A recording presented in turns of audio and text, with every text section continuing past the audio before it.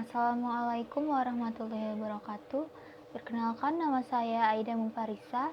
Saya berasal dari kelas 12 IPA 1 dan saya dari kelompok 1. Saya akan menjelaskan tentang sintesis protein atau ekspresi gen.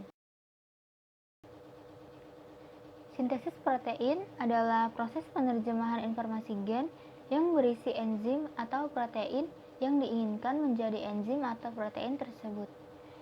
Proses sintesis protein terbagi menjadi dua, yaitu proses pembentukan mRNA dari salah satu pita DNA dengan bantuan enzim RNA polimerase, yang biasa disebut dengan transkripsi. Yang kedua, penerjemahan informasi genetik yang terdapat pada mRNA ke dalam polipeptida, yang biasa disebut translasi.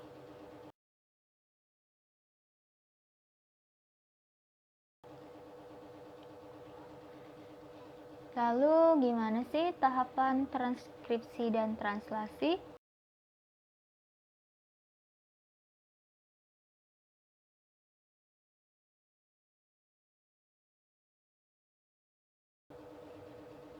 Transkripsi adalah proses pembentukan mRNA dari salah satu pita DNA dengan bantuan enzim RNA polimerase.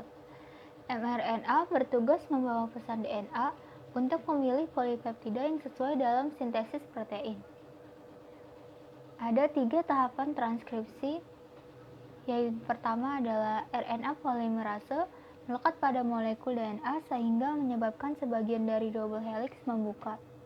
Yang kedua, terbukanya pita DNA yang menyebabkan basa-basa pada salah satu pita menjadi bebas, sehingga memberi kesempatan basa-basa pasangannya menyusun mRNA.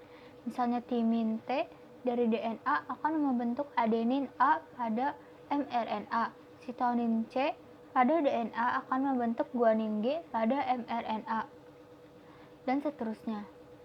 Jumlah mRNA yang dihasilkan pada transkripsi bisa melebihi jumlah DNA karena enzim polimerase bergerak sepanjang pita DNA model.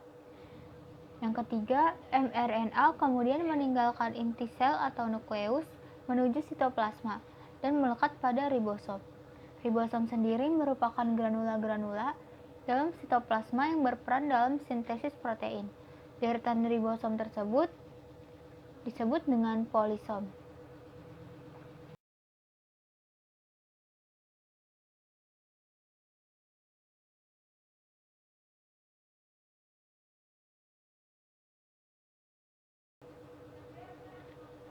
Translasi. mRNA yang sudah keluar dari inti sel dan telah melalui proses splicing, penyambungan, akan bergabung dan menempel pada ribosom. tRNA berperan dalam mengikat asam amino pada salah satu ujungnya dan membawa asam-asam amino tersebut menuju ribosom. Berikut adalah gambar-gambar dari proses translasi. Yang pertama, subunit ribosom kecil menempel pada mRNA. tRNA inisiator yang memiliki antikodon UAC yang berpasangan dengan kodon AUG. Yang kedua, subunit ribosom besar melengkapi ribosom.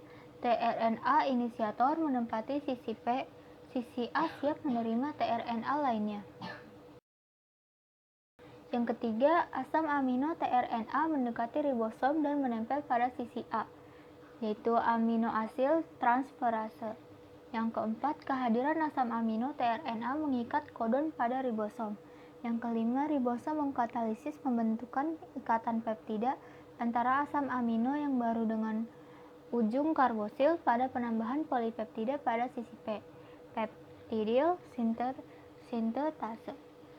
Yang keenam, tRNA ditranslokasikan ke ujung ribosom, bergerak bersama-sama mRNA, lalu tRNA yang tadinya berada pada ujung ribosom bergerak keluar bersama mRNA melalui ribosom.